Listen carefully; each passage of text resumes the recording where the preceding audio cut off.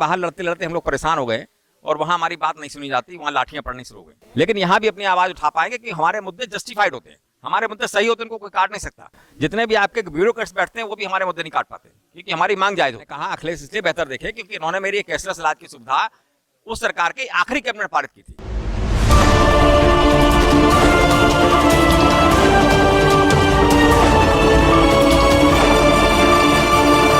कर्मचारियों के बड़े नेता इंजीनियर हरिकिशोर तिवारी जी आज सपा में शामिल हो गए हैं। सर, कर्मचारियों की लड़ाई लड़ते लड़ते अब राजनीतिक दल की लड़ाई लड़ेंगे? हाँ बिल्कुल, हमें लगता है कि बाहर लड़ते लड़ते हम लोग परेशान हो गए और वहाँ हमारी बात नहीं सुनी जाती, वहाँ लाठियाँ पड़नी शुरू हो गई।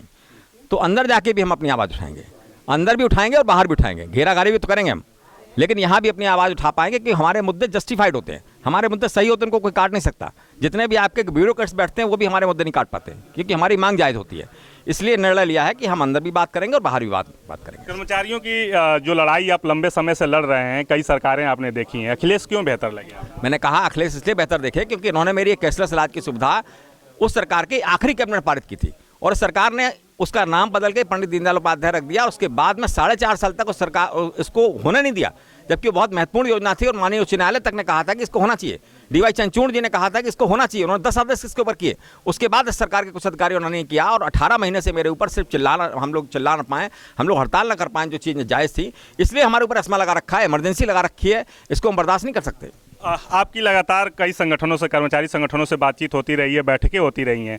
सिर्फ राज्य कर्मचारी संयुक्त परिषद में कितने संगठन साथ में आए हैं सपा के? नहीं, सपा के संगठन नहीं आ सकते, क्योंकि हमने सेवानिवृत्त अभी बीआरएस लिया है, इसलिए हम उसके साथ आए।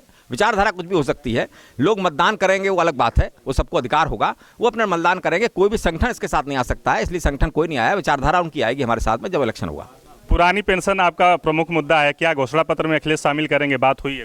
बात हो रही है, बराबर बैठकें हो रही हैं हमारी इनके साथ में, और हम समझते हैं कि अंत तक हम इनको समझा ले जाएंगे और वो इनके मैनिफेस्टो में होगा कि ये अब पहली कैबिनेट में इसको रखेंगे, ऐसा हमारा प्रयास है। आप लोगों ने कुछ आंदोलन की तिथियां भी घोषित की हैं लगातार, क्या उसको जारी रखेंगे? उसमें सपा के लोग भी आएंगे कि सिर्फ कर्मचारियों पर? उस कर्मचारियों का मुद्दा है, कर्मचारी ही उसमें लड़ेंगे, सपा से उसका कोई लेना देना नहीं होगा और वो उनके कार्यक्रम है। बहुत बड़ा संगठन बना है, उसमें हम भी कहीं ना कहीं भागीदारी करेंगे। उसमें तमाम सारे अध्यक्ष और महामंत्री, तमाम सारे संगठन के बड़े बड़े लोग हैं और उसमें शिक्षक भी शामिल किए गए हैं और उसमें हम लोग सहयोग करेंगे कि भाई कुछ हो, सपा से उसका कोई लेना देना नहीं होगा। अंतिम सवाल है सर, चुनाव लड़ने की इच्छा है?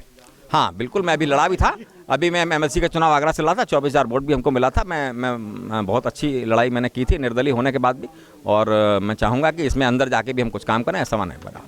धन्यवाद सर। तो ये थे कर्मचारियों के बड़े नेता इंजीनियर हरिकिशोर तिवारी, जिनका नाम किसी परिचय का मोहताज नहीं है, और अखिलेश यादव से उनकी लगातार मीटिंग होती रही है और अखिलेश यादव ने उनकी मांगों को माने जाने का वादा भी सबके सामने कहा है कि सरकार जब आएगी तो हम उसको पूरा करेंगे। और हरिकिशोर तिवारी जी ने कहा है कि उनकी इच्छा है कि वो चुनाव लड़ें, एमएलसी का चुनाव वो लड़ चुके हैं आगरा से, और इस बार उनकी इच्छा है कि जो 2022 का विधानसभा चुनाव है उसमें वो फाइट करें। सहयोगी बाबूलाल के साथ सुशील कुमार, डेली इंसाइडर, लखनऊ।